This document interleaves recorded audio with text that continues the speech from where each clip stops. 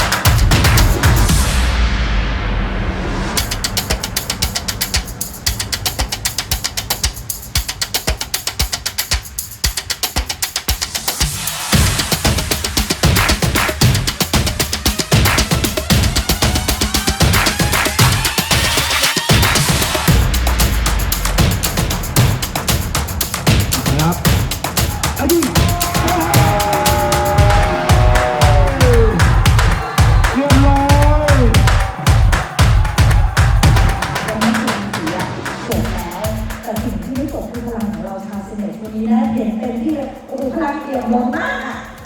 สุดยอดขอเสียงปรบมือนะคะให้กับทุกคนค่ะคุณกล้าพูดได้เลยว่าบริษัทที่ใหญ่กว่าเราอาจจะไม่ได้มีกีฬาสีที่อลังการขนาดเราขนาดนี้เลย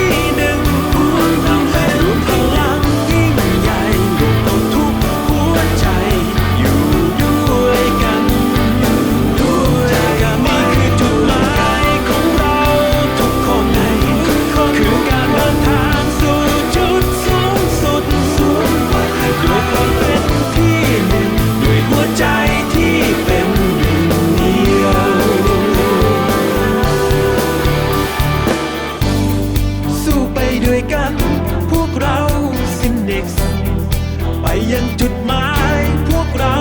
Synnex สู้ไปด้วยกัน